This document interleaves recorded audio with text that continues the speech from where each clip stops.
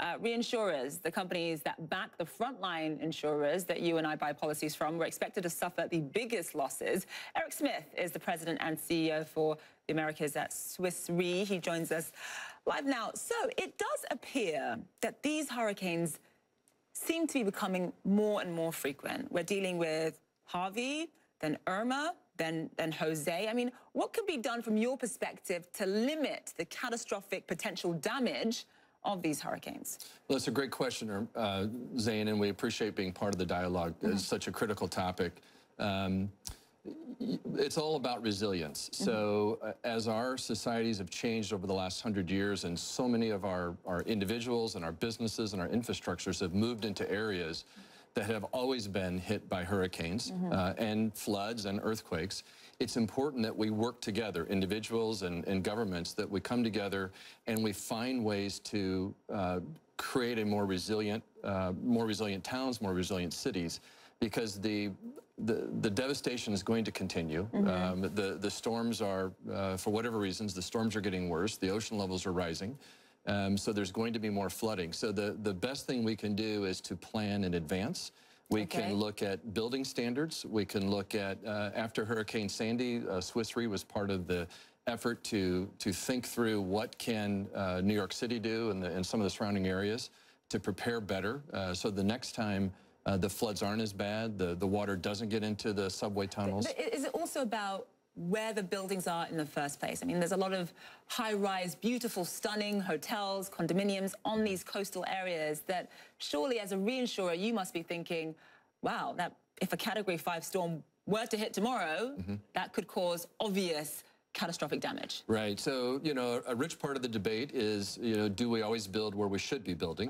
And, you know, it's what's happened today in the U.S., in this country, we have a lot of condominiums, but as well as, you know, summer homes built very close to the water's edge. You know, that's probably okay as long as individuals that live there don't expect other people to pay for their damage. So that's where the policy becomes a bit convoluted, in that the National Flood Program, which is something that we help back, so the folks that do buy that coverage tend to be those that are the most exposed, and so they're subsidized by others. So one issue that you guys have to deal with is obviously the protection gap.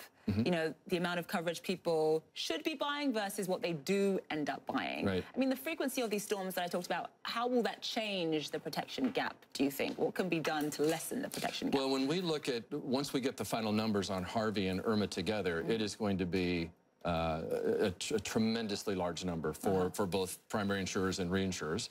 And so, but as well as we protect, as well as our industries working together, the primary companies and the reinsurance companies, much of the loss, the financial loss, will not be covered by any insurance. And that is the protection gap. So in the U.S., in a flood situation, it'll be substantial, what's not protected. But in other parts of the world, almost none of the damage is protected by private insurance. So yes, we think a lot about the protection gap. And one of the things that's a little bit different about what we do at SwissRe is that we're working with our clients to come up with different solutions. So one of the things you'll see in the future is, because of the way that smart devices and the digital platform is expanded around the world, we know that we've tested and we've been successful at deploying parametric covers. So in the future, individuals can sign up for relatively low-cost ways that they could be reimbursed rather quickly through their smart device for some temporary, whether they need money to flee a storm or whether they need some extra help as they return from the storm and things are expensive or what have you. So technology coming to the rescue. Technology coming to the rescue, right.